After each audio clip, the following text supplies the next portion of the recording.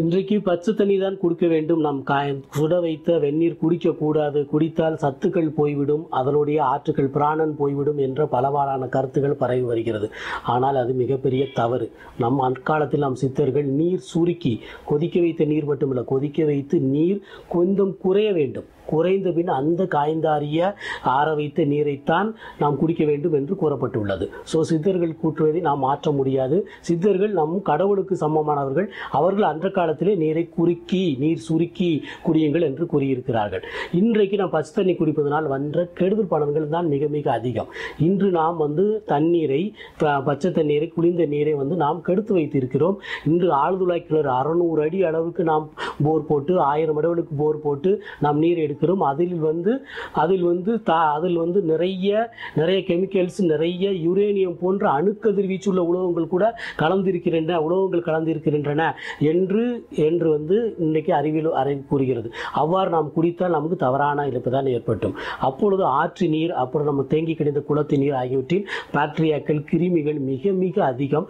நாம் முக்கியமானது பூச்சி மருந்துகள் நிறைய செலுத்துகிறோம். DDT போன்ற பூச்சி மருந்துகள் நிறைய நம்ம தாவரங்கள் மேல் செலுத்துகிறோம். அந்த பூச்சி மருந்துகள் அனைத்தும் நம் தண்ணீரில் தான், ஆற்று நீரில், ஓடை நீரில், நம்முடைய குளத்து நீரில் எல்லாற்றிலும் கலந்திருக்கிறோம். அந்த பூச்சி மருந்துகளை நாம் அப்படியே குடித்தால் மிக பக்க விளைவுகள் மிக மிக ஏற்படும்.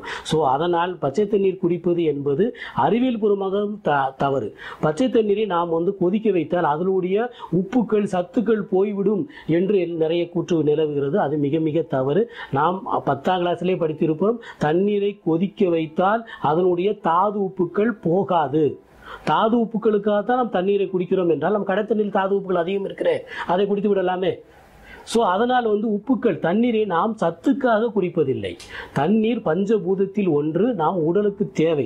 நீர், நிலம், காற்று எப்படி நம்ம உடல் வாழ்வதற்கு தேவையோ, அதனால் நமக்கு சத்து பொருட்கள் வேறு பொருளில் கிடைக்கும். அதனால் சத்து பொருட்கள் கொதிக்க வைப்பதனால் கண்டிப்பாக செல்வதில்லை. அப்புறம் தண்ணீரை வடிகட்டுவது, இன்றைக்கு கிடைக்கும் மினரல் வாட்டரை நாங்களும் தவறு என்று தான் சொல்கிறோம். ஆனால் நாம் வீட்டில் வடிகட்டுவது, வீட்டில் ஃபில்டரில் வடிகட்டுவது தவறில்லை. கொதிக்க வைத்த தண்ணீரை ஆற வைத்து குடிப்பதுதான் மிக மிக சரியானது. அதனால் தாது உப்புகள் போகாது, தாது உப்புகள் அப்படியே தான் இருக்கும். கிருமிகளும் நாம் உலகை பொல்யூட் செய்து வைத்திருக்கிறோம். அந்த பொல்யூஷனால் வரக்கூடிய, பூச்சி மருந்தினால் வரக்கூடிய தொந்தரவுகளும் குறையும்.